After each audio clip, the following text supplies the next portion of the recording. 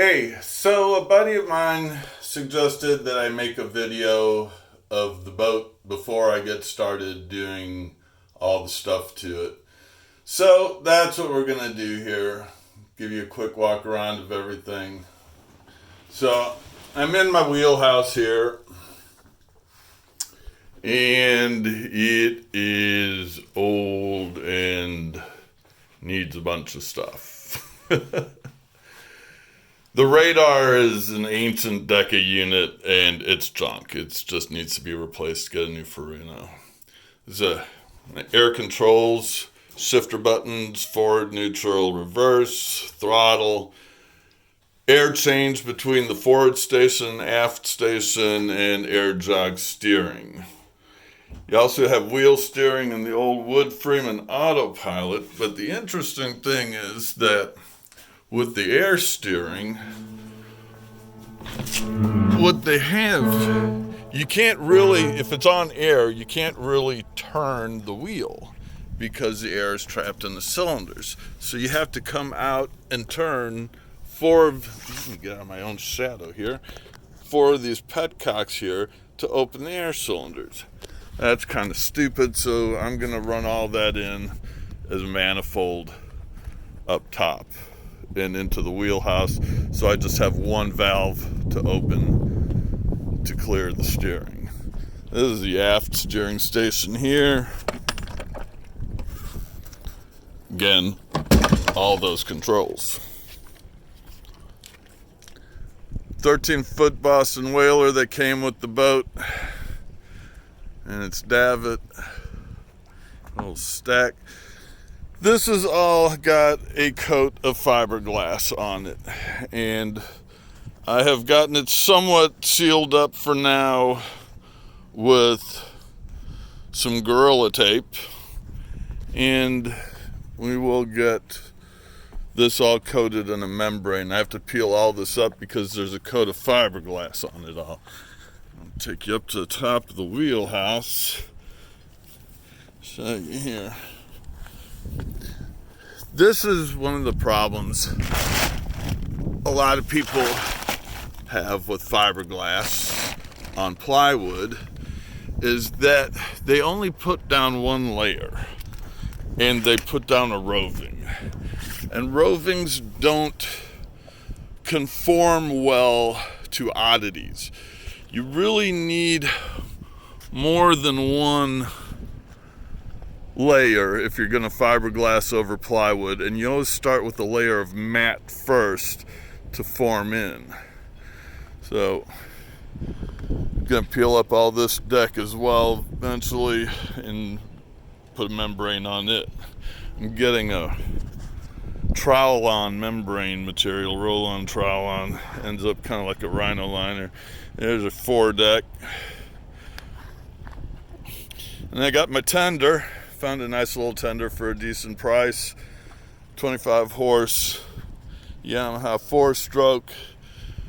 Only draws 5 inches of water. Has the engine up in a tunnel.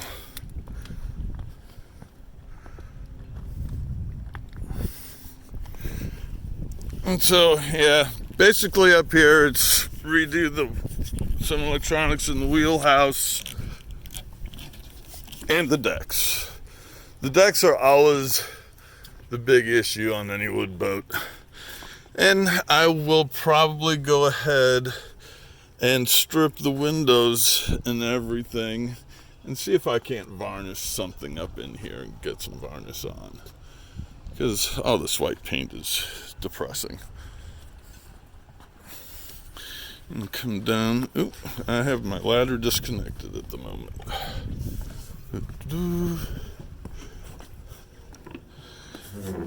That will go on down through the inside, and we come down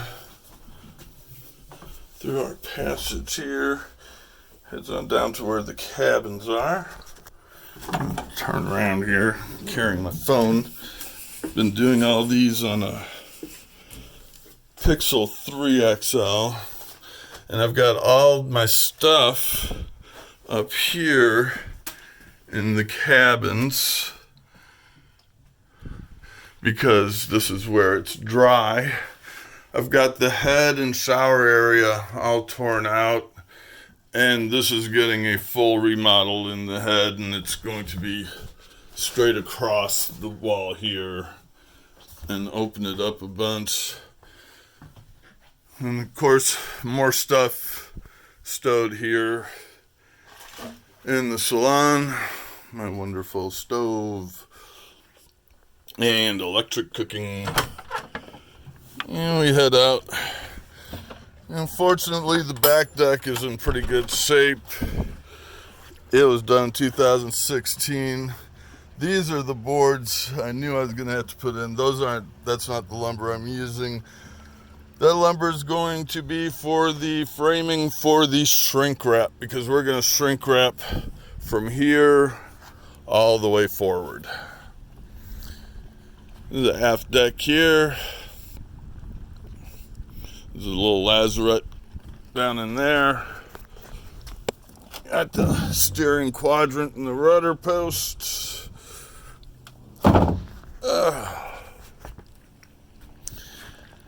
And got this pitch here. And what I'm probably going to do is just go ahead and reef it all out this winter and replace it with polysulfide. And so I can have a nice wood deck, at least on the fantail. Sometime a little while back, somebody's done something with these decks. There's been some good new hardwood put in, and there's been some cement patches done. So I'm probably just gonna, as long as this is all, none of it feels rotten, so that's probably just gonna get membrane troweled over it, and it'll live to another day. Now this is really the same. All this lumber here, this entire brand new foredeck, is all garbage. I got a guy in to help me out with the decks here, Pete, and he's one of the locals, and what there's problem with is that there's the blowdown lumber from Mount St. Helens that everybody thought was going to be great, but it's 5-year lumber. It just, as soon as you do anything to get some rot started, it gets everywhere, and it goes from the inside out. So that's my above deck issues. Not too bad, really. Oh no. You gotta remember, it's a 130-year-old boat. So, and then we go on, head on down, down, down, down, and get in the engine room. We head on back, and I've got brand new fuel tanks. And the thing is, they replaced 3,000 gallons worth of big old steel fuel tanks with 1,200 gallons worth of modern thinner metal fuel tanks. And with that, they needed to add a hell of a lot of ballast back here. All these chunks of freaking concrete. Now I'm going to add battery banks back in here, back in there, and everywhere, and hopefully I will be able to get rid of ballast.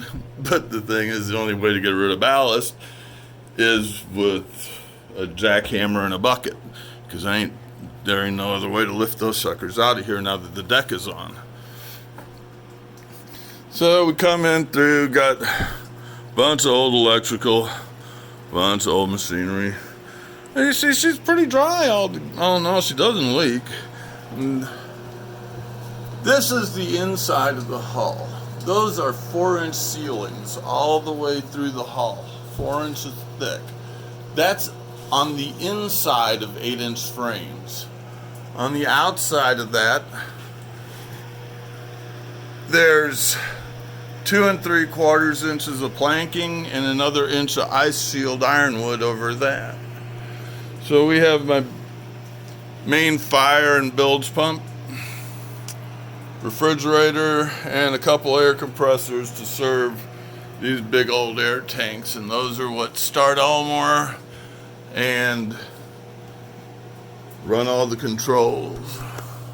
And that's her onboard air compressor, and I've got that running again nicely. Now we've got the 5 kW generator, got fresh water, got part of the water system. I have a washer and dryer. Fixed CO2 fire suppression. I think this is a 25 kW generator. It's either 25 or 30. And that's my main 12 volt house battery, and I just realized this morning that it is junk, so I gotta replace that. And we have the forward cabin and the forecastle, which are unusable at this point because it rains in here. That's why all my stuff, there's, all the storage that's down here is where all the stuff that's upstairs goes. And that's pretty much top to bottom of where I'm starting. Y'all have a good one.